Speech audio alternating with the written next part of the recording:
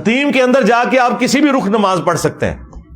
کیونکہ کعبے کے اندر کھڑے ہیں، لیکن وہ چونکہ آکورڈ لگتا ہے اس لیے لوگ حتیم کے اندر کعبے کی طرف منہ کر کے نماز پڑھ رہے ہوتے ہیں، حالانکہ کعبہ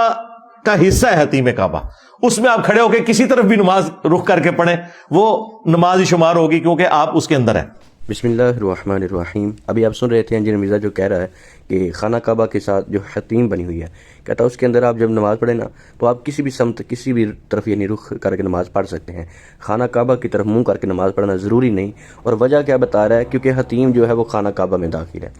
اب سب سے پہلی بات یہ کہ اس چیز میں بھی تھوڑا اختلاف ہے کہ کیا پورا حتیم خانہ کعبہ میں داخل ہے یا پورا داخل نہیں۔ جیسے صحیح مسلم کی یہ حدیث دیکھیے 1333 نمبر، حضرت عائشہ رضی اللہ تعالی عنہا سے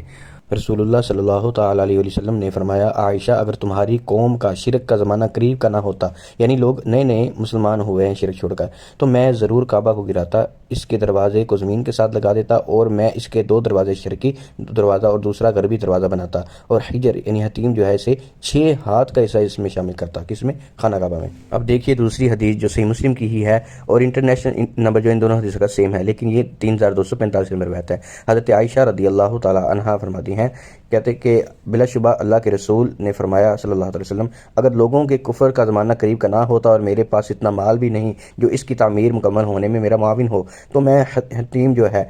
اسے 5 ہاتھ اس کی جو زمین ہے اس میں ضرور شامل کرتا، یعنی خانہ کعبہ میں 5 ہاتھ، پچھلی حدیث میں 6 ہاتھ۔ تو یہ قطعی طور پر ثابت نہیں کہ کیا پورا حتیم کعبہ میں داخل ہے یا 5 ہاتھ یا 6 ہاتھ۔ اب آئیں انجینئر مرزا کی بات کی طرف کہ جی آپ حتیم کے اندر جیسے چاہے مرضی نماز پڑھیں، منہ چاہے آپ کا ادھر ہو اور جو آپ کی پیٹھ ہے وہ خانہ کعبہ کی طرف ہو تو آپ کی نماز شمار ہوگی، تو یہ ایسا بونگا اس کا استدلال ہے کہ اس کے اوپر اس کے پاس کوئی دلیل موجود نہیں ہے۔ پہلے تو جمہور جو فقہا ہیں اس امت کے، جو جمہور فقہا اور محدثین اور علماء گزرے ہیں، ان سب کا اسی چیز پر اجماع ہے کہ خانہ کعبہ کی طرف ہی نماز پڑھی جائے گی منہ کر کے، اور حتیم کے اندر بھی ایسا ہی ہے، خانہ کعبہ کی طرف ہی منہ کر کے نماز پڑھنا افضل ہے، اور جو شخص خانہ کعبہ کی طرف پیٹ کر کے نماز پڑھے گا تو جمہور فقہا نے اس کی نماز کو باطل لکھا ہے۔ انجینئر مرزا جو ہے وہ کہہ رہا ہے جس طرف مرضی منہ کر کے آپ نماز پڑھیں،